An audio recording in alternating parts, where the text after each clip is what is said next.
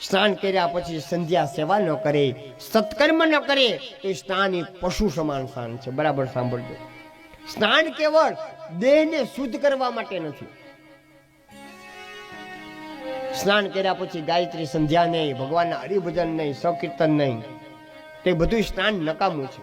આપણે બાહ્ય શુદ્ધિ તો રોજ કરીએ, હે રોજ સવારે યથાશક્તિ સાબુ, શેમ્પુ, ઠીકરા ઢેડી ઢેડી મેલ ઉખેડીએ.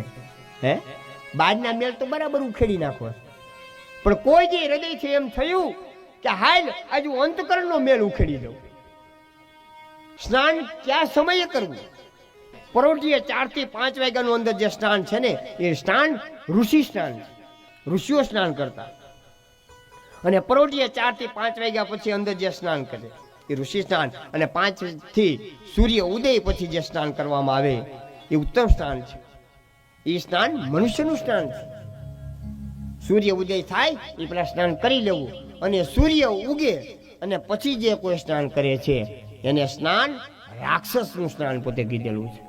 હવે આ 3 માંથી તમે ક્યાં સ્નાન કરો છો એ મારે કઈ કહેવાની જરૂર નથી.